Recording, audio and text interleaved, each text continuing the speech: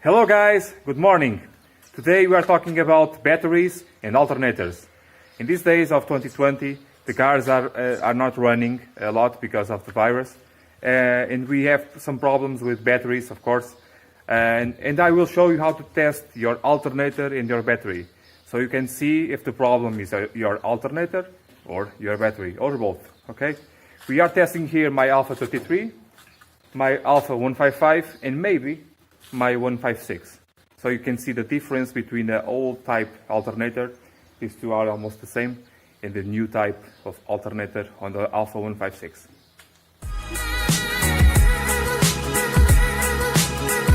Guys, let's see here how the charging system works, how the starting system works. Let me just give you an overview to how all this stuff works.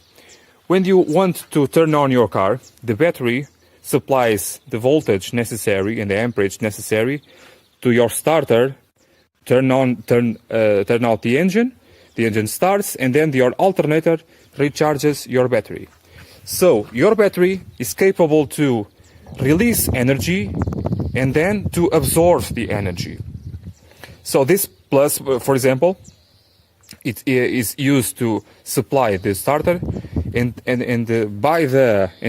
when the engine is running, the alternator will supply again the battery with voltage and amperage to charge the battery. So if you have a very slow start and you have a poor battery, not reliable battery, and you don't know if the battery is good or not, I will teach you how to see if the alternator is charging correctly. You will need to have a good quality battery. I'm warning you right now, this alternator on this 30T does not charge all that well, but because I have a good quality battery, the reserve of the battery is very large. I have a very good reserve on this battery. So even so, the alternator is not charging all the way. The battery is really very good. It is very important for an old car, for a new car with a lot of electronics, for example. And I will teach you with this very simple instrument. You have to have this, guys. $15. This cost me a lot of time ago. It has a new battery. Hooray! And I will teach you how to see this. It's very easy. You will see. So, what do you have to have in mind when testing charging of your battery system? There are several things that you have to have in mind, but let's start here with the charging of the battery. What numbers do you have to read on your multimeter when charging your battery? You have to see with your car at idle, with no electrical consumption, you have to see at least 13.7 and maximum of 14.2. This is without or with electrical consumption. I will do the test in the next clip. Another thing that you have to do is to see here with the negative and positive, see what is the voltage of your battery. It cannot be less than 12.5. Never, okay? If it's too low, your battery is not good. But it does not mean the problem is your battery. Okay, there is another thing that you would like to see, but this multimeter maybe is not fast enough to see. With your proms connected like this, you ask someone to turn on your car, and the voltage here cannot drop 10 volts. If it drops below 10 volts, the battery is not good. Okay? There is another way to test your battery. It is with a machine that tests the continuity and the resistance inside the battery and tells you a result in amps. Okay? This is very important, that result. But with this simple test, we can at least see if the battery is it's good. Okay, so in the next clip, let me show you. So, with the car turned on at idle, no electrical consumption, we have Sorry, let me... Whoa, my God. Not good. Okay, that's better. It's dropping, okay? But check this out. You accelerate a little bit, and there it is. 1380. That is unique to some cars. Sometimes you have to accelerate the first time you turn on your car, because the alternator does not excite itself alone. You have to accelerate a little bit. Now, with the car at idle, it's really okay. It's not terrible, okay, 1399. But when I turn on my electrical consumptions, let's see what happens. I turned on the AC, lights, fog lights, whatever. Okay, 13. It is very low. Okay, it's dangerously low. You have to have a minimum of 13.7 or at least 13 and a half. Okay? Okay, I hope you understand me. I don't have a microphone. In this way, I'm managing this system, okay? I know I have to drive a little bit with no consumptions whatsoever, electrical consumptions. At night, sometimes, or almost never, I drive with the lights on and the AC on, okay? One thing or another, day or night. But it is at the minimum that I consider a good system. Beware, these old systems, these 19 systems, are almost all like that. I will show you here on my Alfa 155. Guys, let's do the test of starting the engine and measure how much voltage does the battery loses during the start. Okay, liga.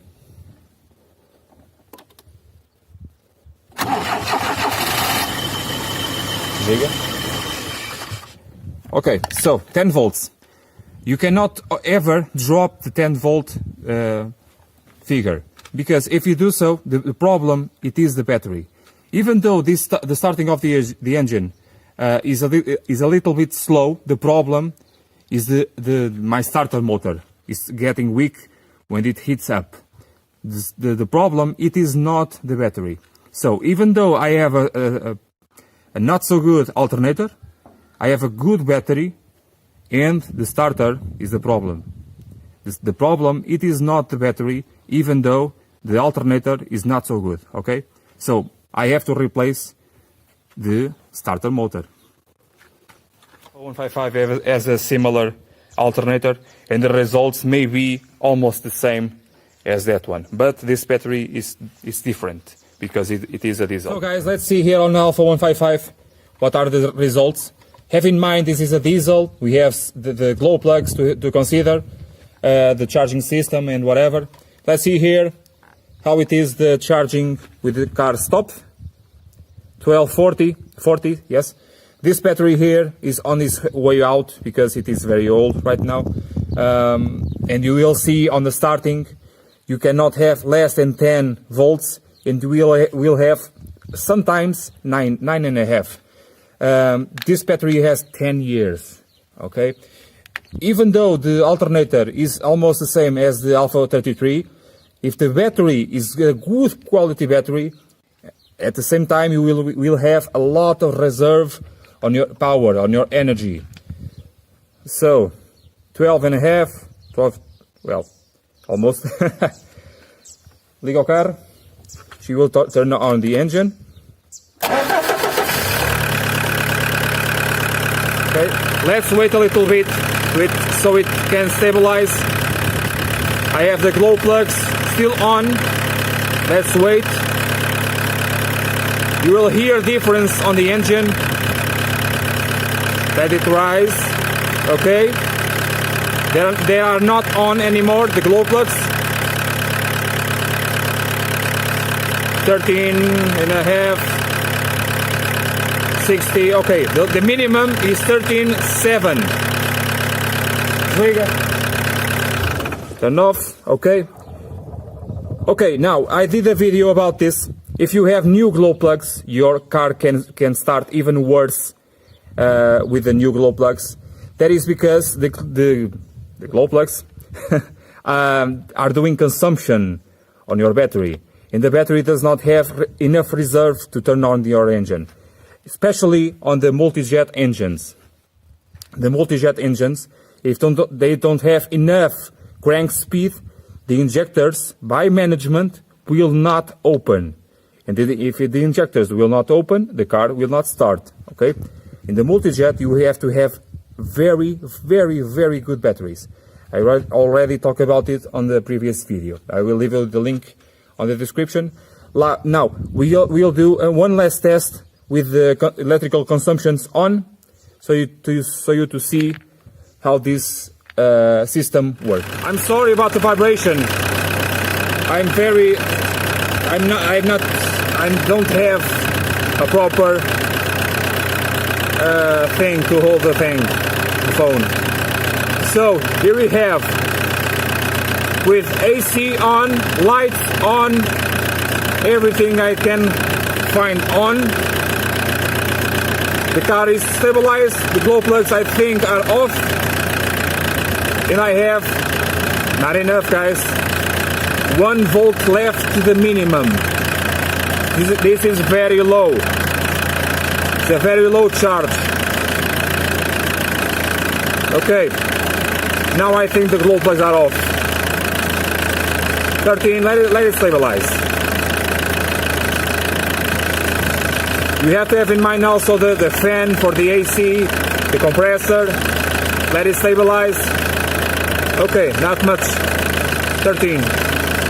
Now the fan kicked in for the AC. 12.5, it's very low. Keep in mind, do you remember when I did the video about finding electrical problems? You have 13 volts on this charge, in 13 on this one, 12 and okay, now a little bit more than 13, but imagine 13. You have 13 volts of charge on these two cars. The light bulbs that these cars use are the same on this one and any other newer model, but the voltage that reaches your high beams and low beams is much less. You have only 13 volts on your lamp. You have only 13 volts on your battery. Then that electricity, I'm sorry. And then your current passes all kinds of electrical connections, relays, switches, all that stuff, and now ends up on the headlight. The light bulb will only receive very much less than 13 volts. That's why old cars do not burn as much light bulbs as the new ones. Okay, the new ones, this one. Because, as I will show you in the next clip, this car here has a new alternator. It's perfect to show you how does it works, a new alternator, and how much voltage can you reach on your light bulbs. Guys, this is my Alfa 156, as you may know. I did replace the alternator with a new one, and you may ask, why the hell do you replace your alternator? You are a mechanic. You are always telling us how to repair things. Why don't you repair your own alternator? I did repair this one, and I did repair this one. This one I regret a lot, because this one, like that one, I have to take out the lower suspension. I don't remember the name in English. The frame, the underframe, I have to remove it or to lower it to replace or repair it. So why did I replace it anyway? Well, this alternator, the one that left the car, had 15 years in 260,000 kilometers. That's a lot.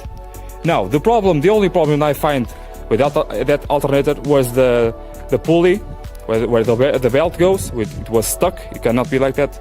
I did a video about it. I'll leave the description.